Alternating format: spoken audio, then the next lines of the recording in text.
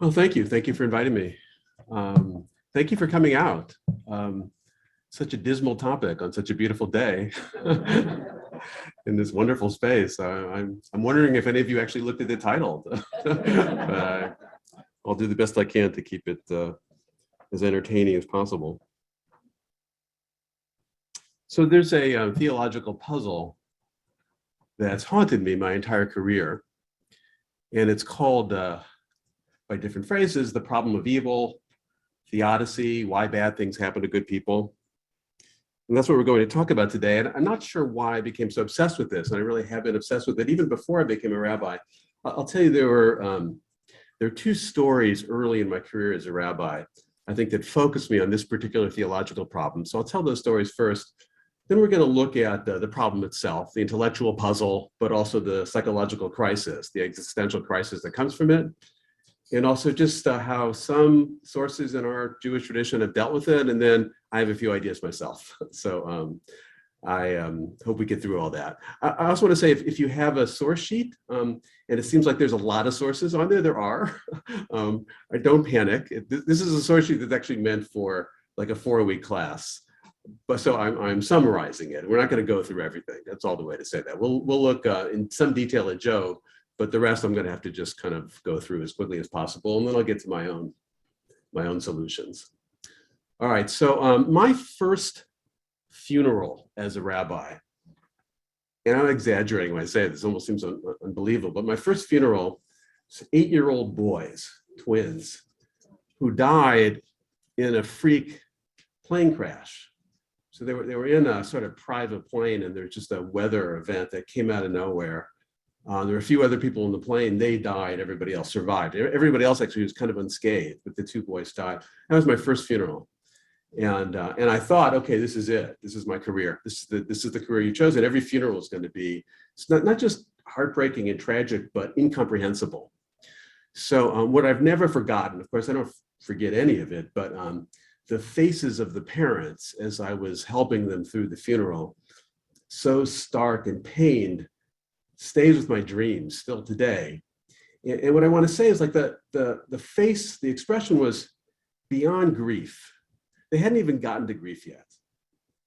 Now, grief is a place you get to and then you get past it, but they hadn't even gotten to grief yet.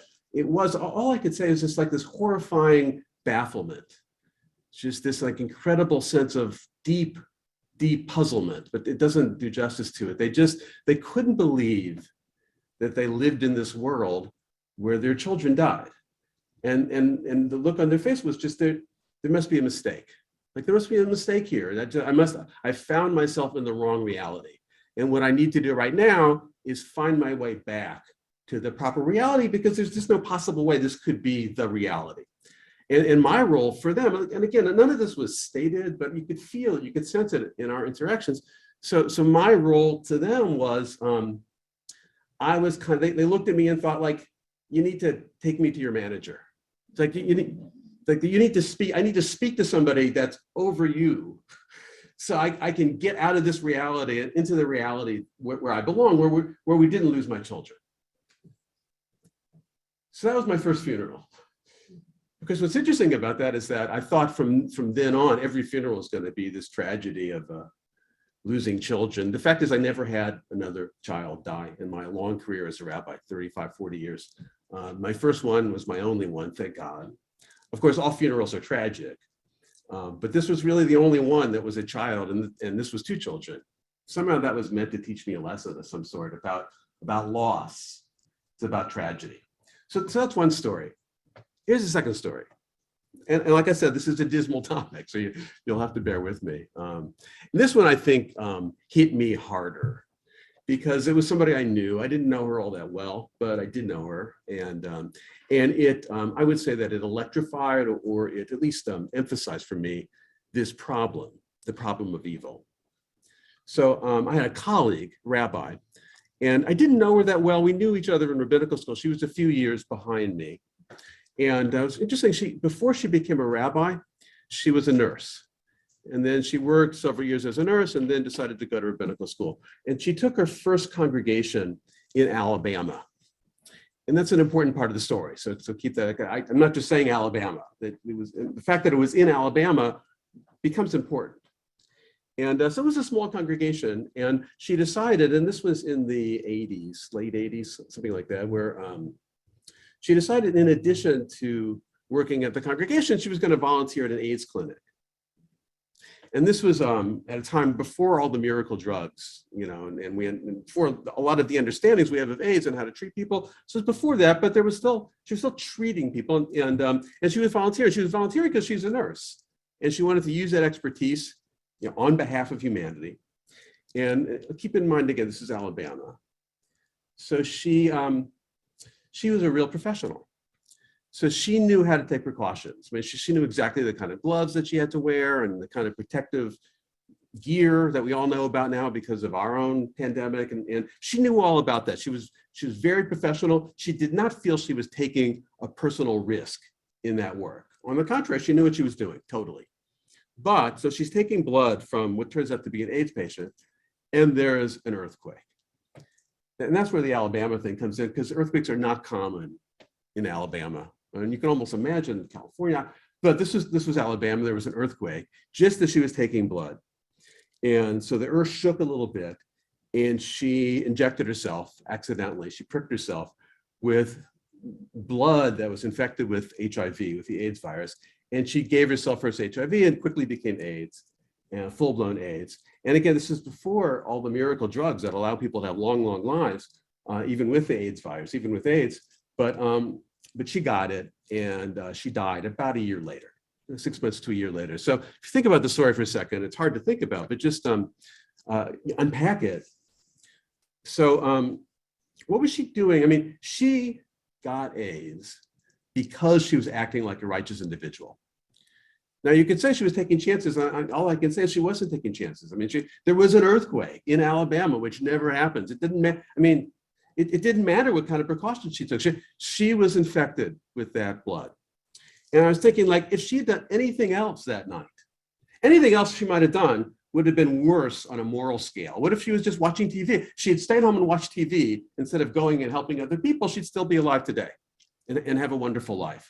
But she chose this righteousness, but it was the righteousness itself that sentenced her to that awful fate. And I was thinking, what did I do that night? I mean, whatever I did that night, I don't know, but whatever I did that night was worse than what she did from an ethical point of view. I mean, was I watching TV? I don't know. Was I yelling at my children? Was I at a bar? I don't know. But whatever I was doing, it was worse. But she got sick and I didn't. So that stuck with me. And that was maybe the first or second year as a rabbi. But this is not a new problem. It's not a new issue. So that's what we're going to study a little bit today, some Jewish responses and my own response. So first, I've given you the stories. So I want to lay out the logical problem. Now, I say the logical problem because in some ways it's the only way we can grasp it and continue to study this without losing our heads and our hearts entirely. But I don't want to negate the idea that this is also a deep existential issue that goes deep into the soul of a believer and possibly even a non-believer. But I'm going to start at the level just of logic, and then we'll look into sources and see how they handle it logically, and then maybe we can talk about our own emotional responses. So I have on your source sheets, it's the very first thing. So it's on page 1 at the top. It's called the 3 irreconcilable statements. So these statements, irreconcilable means that all 3 logically cannot be true at the same time. And the issue, though, is that these are traditional beliefs, but you can't have each of these 3 traditional beliefs be true all at the same time. So one is God is all powerful. And you could just use one word to summarize that. And philosophers sometimes do, omnipotent. Omnipotent also means omniscience. Well, no, omniscience means all knowing. Omnipotent is all powerful. And I'm putting them all into one category. God is all powerful, meaning God knows everything, can do anything. There are no limits to God. So that's statement 1. Statement 2 is God is all power, is all good. So that's benevolent. So benevolent is just a philosophical term for God is totally good. God is not sort of good or very good, but God is the definition of good, the ultimate good. God's very, very, very, very, very, and you never stop the very. God is all good. Okay, second statement. The third statement is that evil exists. And I put in parentheses something just to help us focus on it. undeserved suffering. So evil exists, in other words, innocent people suffer. But there's other things too, there's earthquakes and hurricanes. So evil exists, but for me, the best shorthand for that in understanding it in my mind is there is undeserved suffering. So these three things can't exist at the same time, right? Because if God is all powerful and God is all good, so God has the motivation and God has the power to stop bad things from happening to good people. So there shouldn't be evil, right? If the first two are true, then the third one shouldn't be true. Now, you can take any two of them. Any two could be true. And then the third one is, this is the logic of it. And then the third one, it's not true. For instance, you could say God's all powerful and God's also all good, but evil doesn't really exist. It's all in your head. Or you look, I mean, you haven't looked at it carefully enough, or there's a bigger picture. I'll talk about the bigger picture solution in a second. But also, you could say God is all powerful. And you could also say that evil exists, and then maybe God's not all good. God just doesn't care. God could intervene when terrible things happen, but God chooses not to. Why? Because God's not all good. So that works logically. And the other thing that works logically is God could be all good and evil could exist, but God is not all powerful. God would very much like to intervene and stop the suffering, stop the evil from happening. It's just that God can't. Okay? So two of the three can be true, but all three can't be true together, and that's the problem of evil. Okay? It's also called theodicy. Theodicy means two things. So theodicy is a defense of God in the face of evil, but it's also the problem in general. Theodicy is the problem of evil. It's popularly known as why bad things happen to good people, because there's a famous book, but the famous book actually is not called Why Bad Things Happen to Good People. Many of you know it's called When Bad Things Happen to Good People. So in the end, of course, we're going to study some of Rabbi Harold Kushner, who wrote that book. He's not actually claiming that there's a perfect solution to it, but he says when bad things happen to good people. Okay, but that's our problem. Why bad things happen to good people, the problem of evil, theodicy. Okay, the first, maybe to this day, the most important text in our tradition, the Jewish tradition, deal with it is the book of Job. So I've got a lot of material from Job. We're not going to study all of it, but we're going to study some of it in some depth. Okay, so I'm going to start with that. It's famous. I'm going to assume a lot of you have heard of Job, but I should say that I assume that a lot of you have heard of Job and know the story, but I'm not going to assume that because we're going to go through it. I want to go through it in some detail so we all understand it, so we're all on the same page. So even if you think you know it, even if you've read it yesterday in preparation, I'm very impressed if you did that in preparation for this talk. It never hurts to go over it again. So we'll go over the main points of it, and then ultimately what the author of Job thinks that he or she, probably he, is saying, and also what we get from it. All right. So let's just first read a little bit. Again, it's on page 1. It's text number 1. It's from the first chapter of Job. One day the divine beings presented themselves before the Lord and the adversary. So the adversary is lots of different translations there in the Torah and the Bible. Satan, Hasatan, is what it is in Hebrew. A lot of people translate it as Satan, the devil. I don't want to go in. Is there a Satan? Is there a devil? It's in the book. It's in the story here. The adversary. Some angels. So these are non-human beings that are gathering, and one of them is Satan. The Lord said to the adversary, "Where have you been?" The adversary answered the Lord, "I have been roaming all over the earth." The Lord said to the adversary, "Have you noticed my servant Job? There is no one like him on earth, a blameless and upright man." So right away, we know from the narrative that Job is a good person. So if you have that sentence, why bad things happen to good people, he's the good people that we're talking about. I mean, the text tells us right away. He's a blameless and upright man. You could play with it. Is that really the best translation there, blameless? But it's not a bad translation. Who fears God and shuns evil. The adversary answered the Lord, "Does Job not have a good reason to fear God?" So now I come to a word in Hebrew that's very important. Satan says, yeah, of course that he's good. Is it chinam? Is there for no reason? That's the Hebrew word there. I think I circled it. Hachinam? Is there no reason? In other words, there is a reason. There's a reason why Job is such a good person. It's because he's wealthy. You have fenced him around, him and his household and all that he has. You have blessed his efforts to let his possessions spread out in the land.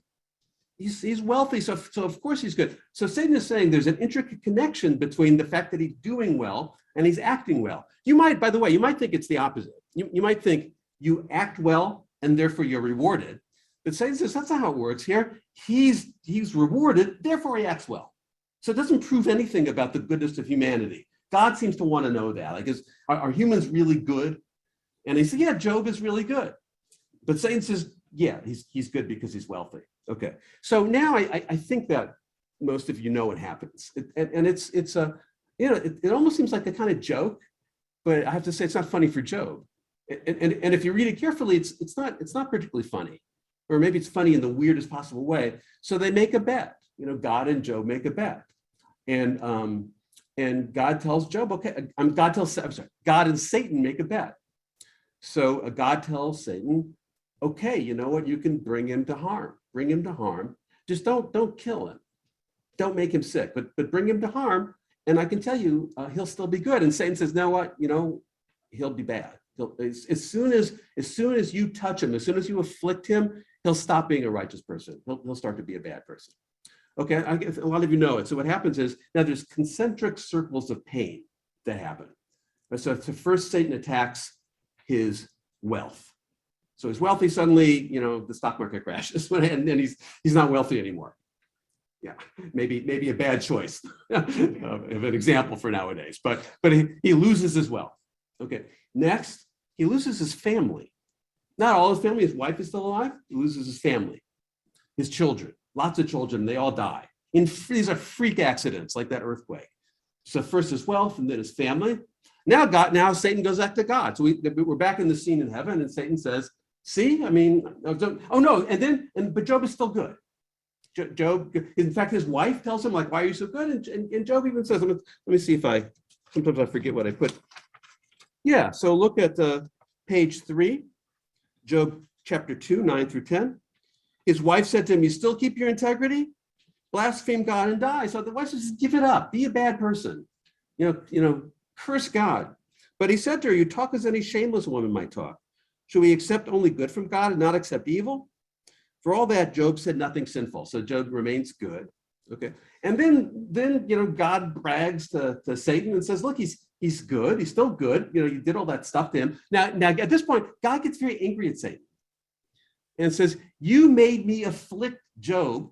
And a key word comes up, chinam, for no reason. We had it before. It's always like for no reason, because that's the essence of our puzzle here. Do bad things seem to happen for no reason? Now, God is even admitting that I afflicted him chinam, for no reason. You see, he's good. You lost the bet. But Satan says, you know what? You didn't afflict him personally. You didn't make him sick. You didn't give him the virus. If you make him sick, and I can tell you, he'll curse God. He'll stop being a good person. So of course, you know what happens? So God then allows Satan to inflict him. Now, for a while, Job is still good. For a while, Job is just supremely baffled, like the parents that I encountered in that funeral. He rages in his puzzlement. I can't believe this is happening. How is this happening? There's an interesting lesson there too. So whenever anybody is suffering, they need that period of time just to rage and bafflement. I can't believe it's happening. It's the kvetch period of illness. Everybody needs that kvetch period of illness. So Job has it. He has that kvetch period. Then he switches a little bit. Not only does he start kvetching, he starts saying, I don't deserve this. And he uses the term, I'll get to it in a second, he uses the term, this happened to me chinam, for no reason. I was only good. I'm being punished, but I'm being punished for nothing. So he starts saying that. And then his friends come to visit him. So this is a famous part of the book, right? So his friends come to visit him, and we should never have friends like this, that come to visit us. Because the friends, they somehow, it gets into their head, we're going to argue theology with Job. Because Job is saying, I don't deserve this. Job is basically in the place that we're all in. I don't understand. I was good. I was blameless. And the text supports that, right? I mean, God even says that. I was blameless. I was good. And I'm suffering. And this makes no sense to me. But what I'm going to say is I'm not going to fall into the trap of thinking I deserve this. I don't deserve this. And his friends come and they say, you must have done something. must have done something. You can imagine for a while they're listening patiently, but there's something about Job's protest that gets under their skin. So finally, they just say, "You must have done something." I mean, we'll look at. So this is on page 3 again, Job 5, verse 17. This is one of the friends. "See how happy is the man whom God reproves." Reproves means rebukes. "Do not reject the discipline of the Almighty." Okay? This isn't just blameless suffering. This is discipline. Discipline comes because you sin. So that's what's happening right now. Now, if you read through it, I mean, the friends ultimately admit that Job doesn't remember doing anything bad. And if Job did anything bad, it probably didn't strike him or anybody around him as important. So he doesn't remember doing anything bad. Maybe it strikes him as being minor, whatever bad thing he did, but it must have been something. It must have been something. What's interesting about this is this is still an approach that some people take to the whole problem of evil. There must be something there. There must be something that you did. We do that still. We look for something. How did you get the virus? Like, were you not wearing a mask when you were supposed to be wearing a mask? I mean, even maybe we wouldn't say that, but our minds go there. How much did you smoke? Were you smoking too much? I mean, did you exercise every day? I mean, we search for those things. Now, the friends are stupid enough, or let's say insensitive enough. They say those things out loud. But it's still part of the way that I think it's where our minds sometimes go. You should think our minds sometimes go there. I mean, not everybody, but I feel like it's still there in our theological consciousness. It's a species of the big picture argument. I'm going to call this the big picture argument 1, or the minor big picture argument is that, Job, you're not seeing the big picture. You think that you've only been good, but what you're not remembering is that somewhere along the line you sinned. And there's a few times I said, okay, so maybe your family sinned. Maybe your kids sinned. And if your kids sinned, then there was something wrong in how you brought them up, and that's why this is happening. So we'll just read this. So this is the bottom of page 3. It's Job 8, 1 through 4. Bildad the Shuhite said in reply, "How long will you speak such things? Your utterances are a mighty wind. Will God pervert the right? Will the Almighty pervert justice? If your sons sinned against them, he dispatched them for their transgression." Transgression means sin. So here's where he gets in. It must have been your sons that did something, and you, after all, raised them, so you're responsible for something. Okay. So the friends have this minor big picture argument. The minor big picture argument is that I know it looks like a blameless person is suffering, but in fact, that's not happening. Evil doesn't exist. It's just that he doesn't remember that he sinned. He's blocked it out. Okay. Now, Job, I mean, I'm framing this around this intellectual puzzle, but it's not, of course, just an intellectual puzzle. It's a deep existential wound that I'm going to argue that we all carry. But so Job also attacks the intellectual puzzle. And he says, okay, so you know what? I'm all good. I mean, I'm not all good, but Job I'm a blameless person.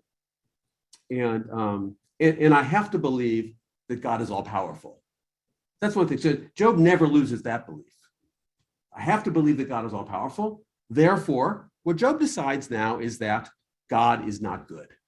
You'll see that's the argument Job makes through most of the book. God's not good. A few times, Job even calls God wicked. So we'll look at one. We'll look at one, and then I'll remind us of another one. One example of that. So this is on page 4, and it's Job 9, 13 through 17. Job is talking now. God does not restrain his anger. Under him, Rahab's helpers sink down. Never mind all these allusions. I just want us to get the point of it. How then can I answer him or choose my arguments against him? Though I were in the right, I cannot speak out, but I would plead for mercy with my judge. If I summoned him and he responded, I do not believe he would lend me his ear. He doesn't care. I used to think he cared. What I've learned from my suffering, my undeserved suffering, is that God doesn't care. For he crushes me for a hair. So even if I did something wrong, even if like you terrible friends, you visitors, think I did something wrong, come on. Do I really deserve this? For a hair. He wounds me much for no cause. We have that word again, chinam. I had suffering for no reason. And Job figured it out. I mean, he solved the intellectual puzzles. I understand we've been misinformed about God. We thought that God was all good. In fact, God is not all good. What's the proof for that? The proof is that I'm suffering and there's no reason for it. I want to remind us, we actually know why God's suffering, why Job's suffering.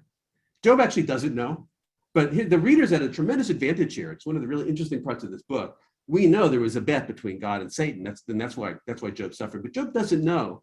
So Job says, I figured it out. It's because God is not good. Doesn't mean that God's bad. Although there is a line where Job says, God is my enemy. He gets harsher and harsher in his criticism of God. All right, now God enters the scene. I say now, I mean, it takes 38 chapters. So, and a lot of reading through some very difficult material, but God shows up and God gives us another solution. We'll just read a little bit of it.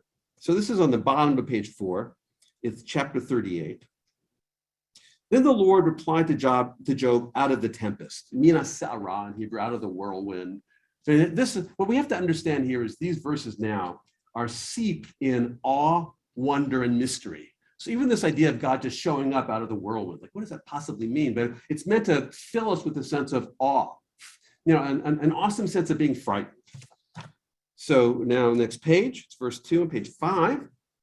Who is this? This is God speaking. Who darkens counsel, speaking without knowledge. Gird your loins like a man. I will ask and you will inform me. And now it starts. God's explanation now starts. Where were you when I laid the earth's foundation? Speak if you have understanding. Do you know who fixed its dimensions or measured with a line? Onto what were its bases sunk? Who set its cornerstone when the morning stars sang together and all the divine beings shouted for joy? You can read the rest on your own. God basically says, I made heaven and earth. Now I'm going to show you of all of heaven and earth I made, including the sea monsters and things you can't imagine, all the galaxies. Who are you? Where were you when that happened? I mean, the answer is a rhetorical question. Where were you? You're nothing. You were a speck. So this is what God seems to be saying. A lot of people study this a lot, but God seems to be saying, first of all, we know later, God accepts the fact that Job was good and didn't deserve the suffering. God, of course, believes that God's all powerful and all good. Yes, there's a puzzle, but the thing is, your mind is too puny to really understand the puzzle. Who are you? I made heaven and earth. Do you have any idea? Do you realize the complexity involved? Not just the grandeur, although he hits us with grandeur, but the complexity. You're wondering why bad things happen to good evil. Basically, God is saying, we've reached the limit of human cognition there. You're just never going to understand it. All I can do is I can just wow you. It's almost like I can brag to you about the complexity of my creation. You're never going to understand it. And the book kind of ends there. Well, actually, we'll show you how it ends. But that seems to be at that point. That seems to be the author's answer. The author's answer is this big puzzle out there that we're all aware of. By the way, I mean, you just have to live for a few years to understand that there seems to be evil out there. We all have stories about an omnipotent God, an all good God. So all of us, from the age of 10, I told you 2 stories, but from the age of 10, we realize there's a problem there. God is saying, yes, there's a problem. I'm acknowledging there's an intellectual puzzle that you puny humans have to deal with, but the fact is you are puny humans and you're not going to understand everything. There's a kind of comfort to this for me. Like it's too hard for you to, because there are so many things in life I don't understand.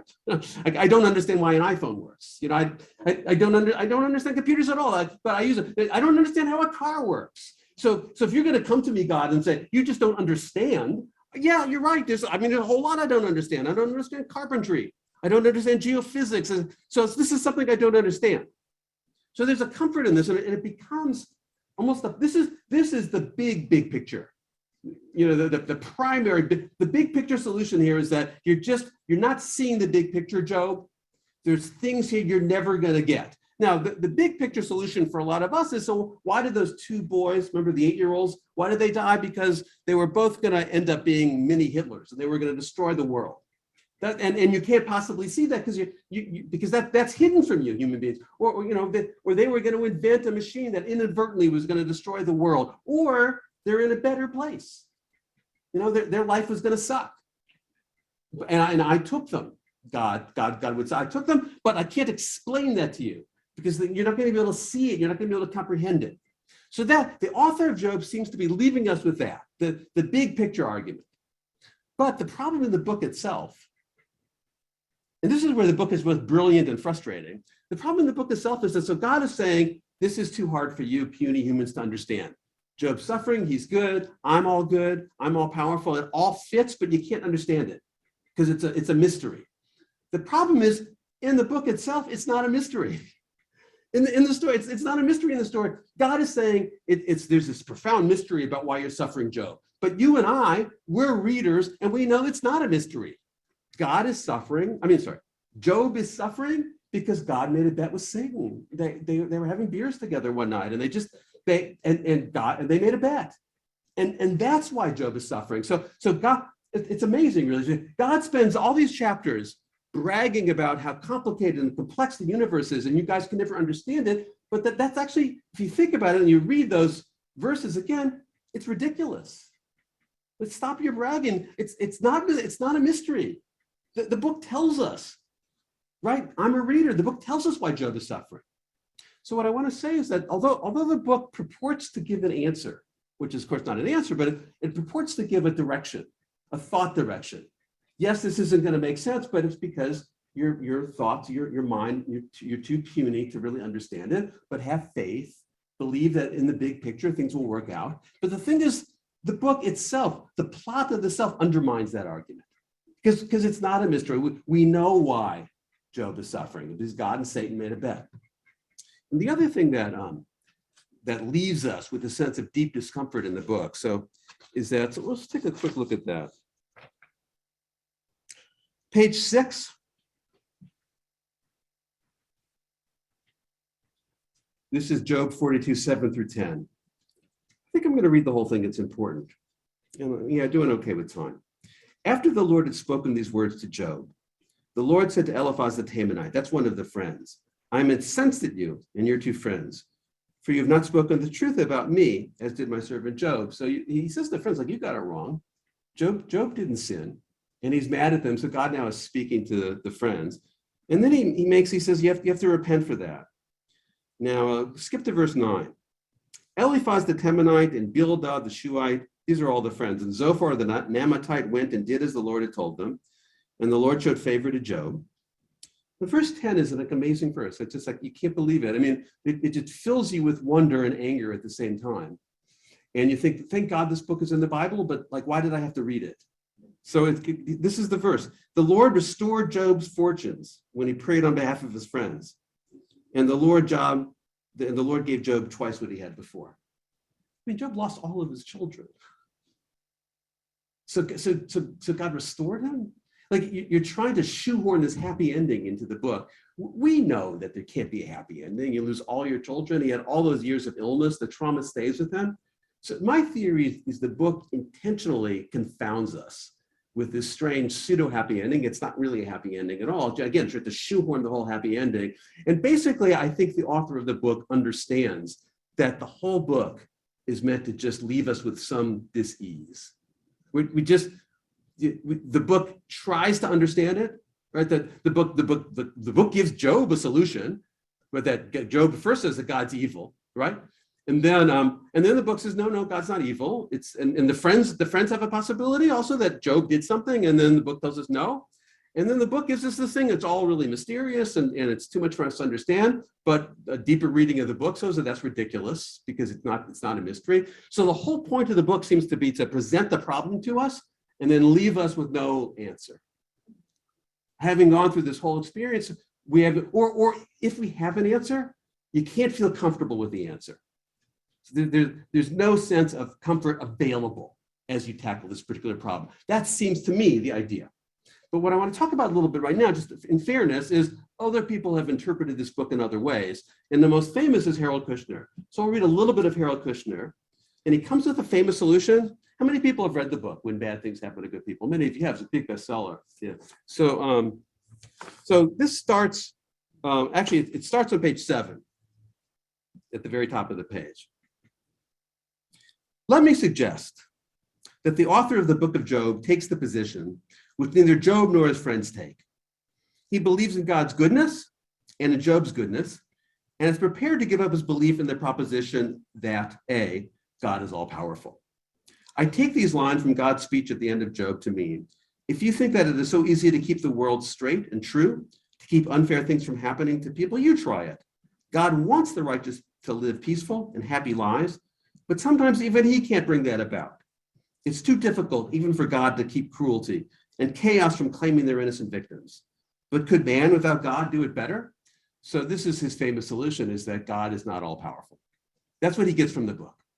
And he says, it's not like that God is bragging at the end. God is showing I have a lot to do. I'm a very busy God. It's really tricky. I'd love to get involved in every issue, but I can't get involved in every issue. It's too much for me. So the Kushner's idea is that God is all good and God is very, very, very powerful, but not all powerful. So so it solves the problem. And so now we can go back to our daily life, whatever we're doing, because we've solved the issue. It's just that God can't. God wanted to stop my friend, from getting AIDS, and maybe God even tried, but God failed. Right? Or something, God wanted to stop the boys from dying, but God tried to get, but there are limits to God's power. And I have to say, I have a lot of respect for Rabbi Kushner. I knew him a little bit. My own issue with it, and maybe this is just me, is that I feel like his solution damages the story that makes religion make sense for me. I think that makes Western religion make sense for me. Religion's based on Judaism, basically need an all-powerful God. It'd be hard for me because we don't have enough time to go through all the different sources, but that's what sticks in our narrative imagination, that there's something out there that is all-powerful. And that's why we worship it. I mean, a long time ago, I use this with my high school students sometimes. A long time ago, there was an attempt for the creators of Superman to make Superman less than all-powerful, to give Superman all sorts of weaknesses, and not just kryptonite, but suddenly he wasn't able to leap tall buildings at a single bound, and he wasn't able to throw planets around. The editors just decided, we'll make him more interesting by making him less powerful. And what they did for me is they just ruined the whole story for me. There's no Superman unless Superman's all powerful. I feel like deep, at least in our Western consciousness, there's no God unless God is all powerful.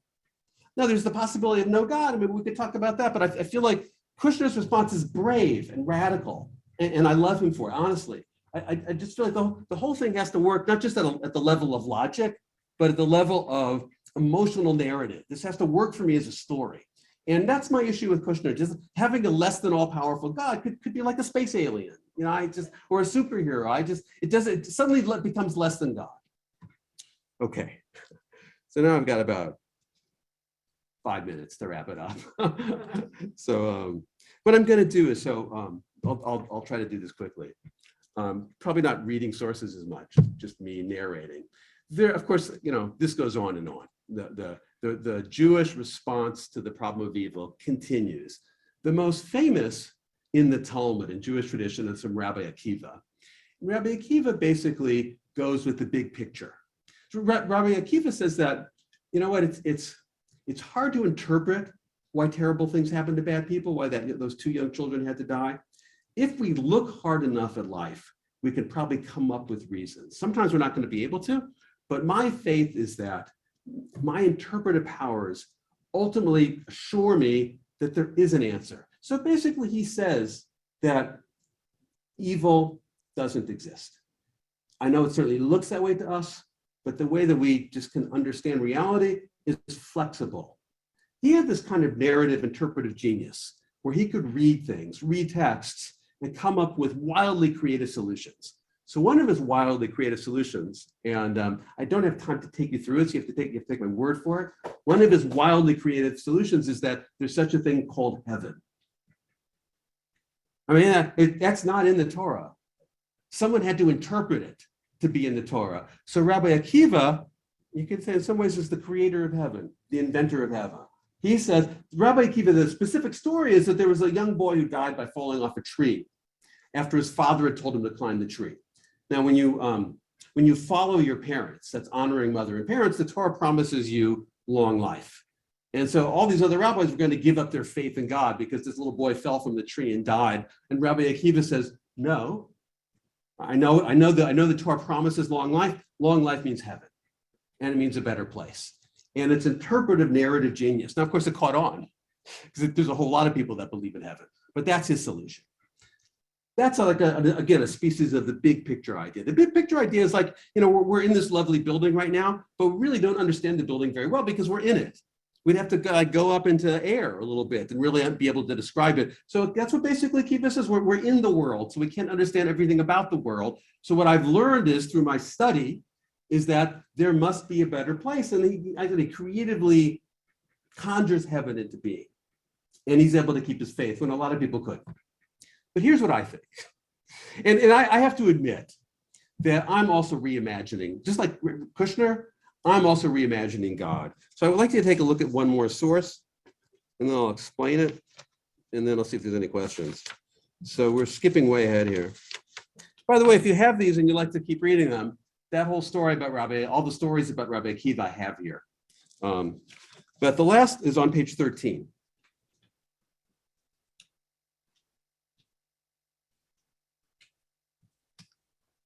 Well, actually, it starts at the bottom of page 12. God said, "Let us make man in our image." This is from the Torah, from Genesis. All right, the first question many people ask about the Torah is, let us make man in our image? I go, who are you talking to? I thought there was only one God. Are you talking to the angels? I mean, it's one. The first serious study of Torah is going to bring about that question. Who is God talking to? Let us make man. So, of course, the rabbis in Midrash have all sorts of possibilities. I'm going to glom onto one. All right, first, we're looking at, this is from a Midrash, a commentary, creative commentary. So this is on page 13, Genesis Rabbah 8:3. God said, "Let us make man." With whom did he take counsel? So the rabbis are asking the same question that even a beginner's going to ask. Who was God talking to? Now there's some possibilities. He took counsel with the works of heaven and earth. So he made heaven and earth before he makes human beings. He says, "Hey, heaven, clouds, what do you think? Like, should I make man or not?" And the other one is like a king who had two advisors without whose knowledge he did nothing whatsoever. Rabbi Samuel Bar Nachman said he took counsel with the works of each day. On the first day I made the sun, so I asked the sun. So here we have God as being like a good boss. A good boss is always going to ask questions before taking initiative of the other people in the office. But now I have it in bold, so we'll just stick to this one. Rabbi Ami said he took counsel with his own heart. So this is actually pretty radical. Rabbi Ami decides to divide God into two. There's two sides to God, two parts to God. Now, in the tradition, and many of you know, there are two classical names for God in the Torah, right? There's Elohim and Adonai. So that's where that comes from. Rabbi Ami said it's not like there's two gods, but there's two warring parts of God in God's consciousness and God's brain. So in the tradition, Elohim represents justice and Adonai represents mercy. But here's another way to look at it, and I'll stop with this. So for me, Elohim is the reality principle in nature, physics and chemistry and biology that bring us this beautiful world, allow us to experience the awe and the wonder and the grandeur and physical pleasure. So that's Elohim, just the laws of nature. They also cause us to suffer. Because really it's the laws of nature, biology, physics, chemistry, that give us illness, that make us hurt when we smash into something, but also allow us to experience the grandeur of creation at mountaintops and give us the possibility for pleasure, water when you're thirsty, human companionship. There's even like a chemical reaction that leads to love. So all the wonders of existence are there, but also pain. And the important thing to understand for me is that Elohim doesn't care. Elohim provides these things, but there's no ethical dimension to it. So hold that thought for a second. Adonai, then on the other end, so Elohim, the physical laws of nature, the reality principle in nature. Adonai are the forces, now they're mysterious, but the forces that allow us to transcend the reality principle in nature. And I'll give you an example. A quick example is that when I say that Elohim doesn't care, what I mean is just like if I'm in a car with a cockroach, I'm using myself as examples here, and the car smashes into a wall, God isn't going to save me, and the cockroach is going to die, because no, God's not going to do that. Elohim is not going to do that. Elohim's not going to decide, oh, Graubart's more worthy of being saved than the cockroach, so I'm going to intervene. The reality doesn't work that way. Or if I'm sitting next to a child molester, clearly the child molester deserves to die more than me. So we're in a car crash together, but God, the Elohim doesn't care. There's no moral content. There's no decisions that Elohim is making. It's just the reality principle of nature, grand, important, beautiful, but not ethical. Now, Adonai are all the forces that allow us to transcend the verdict of Elohim. And I'll give a quick example of this. I'm exaggerating a bit. This is a true story, but you'll allow me to exaggerate. I was in a bike accident several years ago, shortly before the pandemic started. It's a long story. I was in a bike accident. Here's where I'm going to exaggerate a little bit. It was a pretty bad accident. If it had just been up to Elohim, just the forces of nature, I would have died there. I probably wouldn't have died. But just go with it for a second. I was bleeding. I was badly hurt. So really, I mean, just to go by the forces of nature, I should have just been left to die. But then all sorts of things happened. First of all, I didn't realize they were around. There were other strangers on the bike path. And right away, they just came up to me and started helping me one way or another. So why? They didn't even know me. But they were transcending those forces of Elohim that were consigning me to death. They started helping me. But it wasn't just that. I mean, I happened to have in my pocket this miraculous machine that somebody had to invent. So it was all the creativity and ingenuity that leads to this. So I was able to make a phone. Now, the phone wasn't damaged at all. I was really badly damaged, but the phone wasn't damaged at all. So I was able to call my wife. My wife was able to come and become involved. And they were able to, there's an ambulance, right? I mean, they were able to call an ambulance. I mean, I timed that perfectly. There was the ambulance. And so the ambulance, the ambulance is filled with amazing people that they don't know me. They don't get paid very well. They dedicate their entire lives to helping people, the spirit of generosity and creativity and warmth. So they take me to the hospital. I get to the hospital. There's other poorly paid people. All they want to do is help me, save my life. So they do that, and they attach all these machines. Somebody made those machines. Somebody thought of those machines. There's all the creativity, all the engineering skill that comes to making those machines. And then, my wife comes and love, starts to enter in the equation so I can heal better. My sons come to visit me in the hospital. Other people come to visit me in the hospital. And all those, and then there's the healing properties of the body itself, which we study, but we don't fully understand. So all of those things I'm saying come from Adonai. And ultimately, it's not that Elohim is defeated, but Elohim is transcended. The reality of the principle of nature is not the last word. Now, I admit I'm being radical here because I'm offering almost like two gods, but what we have is Shema Yisrael, Adonai Eloheinu, Adonai Echad, Hear O Israel. Adonai is Elohim, Elohim is Adonai. It's all one. So we have the mystery in our tradition of both Elohim and Adonai, even though their opposites are one. So I can't explain that to you right now. I'm going to leave you that puzzle, but for me, it's very clear the role, the mission of human beings. So we live in Elohim's world, this world of natural beauty, but also unspeakable harm with an uncaring reality. But our job in this world of Elohim is to lean towards Adonai, the world of compassion, love, generosity, and giving. Okay, thank you.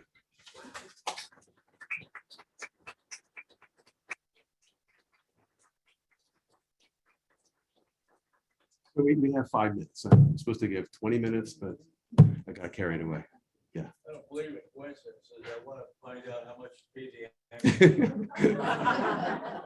Yeah. Yes. So if you have a minor big picture and a major big picture and everything that you said, is the big circle around all of it just acceptance? It's just, we just have to be accepting to protect the blood pressure and everything. Yeah, or you could call it faith, right? I mean, acceptance is like faith. I mean, I think Job is a book about faith.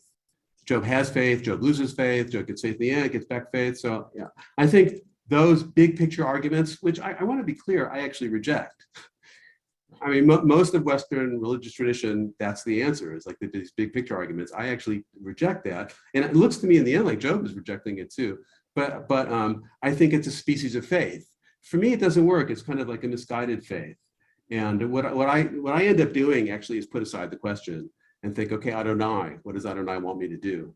What's my stance? That's, by the way, if you talk to Howard Kushner, I think he passed away. So, but he said that's why I called the book "When Bad Things Happen to Good People," as opposed to why bad things happen to good people. Is because the biggest issue maybe is not theological. It's what's your response? What's your human response to evil? And when I saw those people coming and rescuing me that I didn't know during the bike accident, and that's one story among billions in human experience, I felt, okay, so that's the team I want to be on. Maybe I'll tell you one story. I did one time. I actually sat next to. I was at a rabbinic convention, and Harold Kushner, who's a celebrity, and me, and I'm not. But I saw him. He was sitting there by himself. So I thought, you know what? I'll sit with him. He's having lunch by himself. So I put my tray down. You know, it was just me and him. And he said, and I asked just about the book, and he said, maybe some of you know that story. He said, you know, my he wrote the book because he had a young son that died, you know, of an incurable illness. And he said, you know, I had to ask myself, what side is God on? There's two sides here. There's the sides of the illness. The illness is trying to kill him. And there's the side of cure. And the cure is the doctors and love and friends. And we're all on the side of curing him. And then his son died. So he had to think, well, wait a second. That means that the side of the illness won. So God must be on the other side. I can't accept the God that was on the side of the illness. So God must have been on the side of the cure, and there was no cure. So God tried. God wanted my son to be healed, but God lost, and sometimes God loses. So what I would look at it is that it's not so much that God loses or wins. It's that there's a side of God that's the reality principle of nature, and there's a side of God that's helping us transcend the verdict of nature, and we go with that side. That's our role. That's who we are as human beings. That's our destiny, our task. Yeah. Yes. Are you familiar with the book Conversations with God? I'm familiar with it. Yeah, it's been a while since I've read it. It was written by a minister. Right. And the question is asked to him as he describes why basically bad things happen. If there's God, why bad things happen, like war, like illness, like that. And what the tact is in that book is that God created man, God created humans and life with a tabula rasa, with a choice. Right. And he endowed people with a choice, sort of an Elohim Adonai. Right. A choice for good or evil. And it never kind of solves. Right. Well, what happens, it opens up that question. Yeah. So, and the indication is that it's all up to man. Man is the one who has the choice whether we get into war, whether disease is created or not. And then it just shows there's the whole conflict, because then, you know, we always hear the expression, what goes around comes around. Well, if you hear what goes around comes around, then that gives omnipotence, I think, because if something bad happens, you know, who's going to control that it comes around again, or what's going to control That's right. that it comes around again? Right. There's a reason for everything. Right. Yeah. And the free will is also an argument that often people use, that does explain human evil. It explains why humans do evil, that, you know, we're given free will, and that's the way God decided to create the world. So, I mean, the response back is that, well, who said that God had to create the world that way? Maybe could have created a better world without free will. But the thing is also, the free will argument doesn't explain why children die of cancer, you know, why there was that earthquake. And so, right. Yeah. So let's take one more. I think I actually have a heart, because some of us parked right there. Yes, please. Oh, thank you. Thanks for this great talk. I just love to get into this. Whenever I try to answer big questions like this, I think about the universe, and to try to conceive of where the end is, it's like you can't do that because our brains don't let us do that. And last year I read a book by William Irvine, Stoicism, Mhm. And it sort of made me revisit, it's called a challenge of stoicism or something. And so it really helped me look at how I used to look at life was like it was a challenge. Like when bad things happen, it was a challenge. And so I was wondering if you had thought at all about stoicism and all in any of this. I don't know. Well, no, because I really don't know anything about Stoicism, but I will say that one thing I have in common with Rabbi Kushner is that the question should generate a response, a human response. And the human response should be for me to choose Adonai. Yeah, I guess that's probably the best I can offer. Yeah, I think we're gonna have to end with that. So thank you, everybody. It was nice to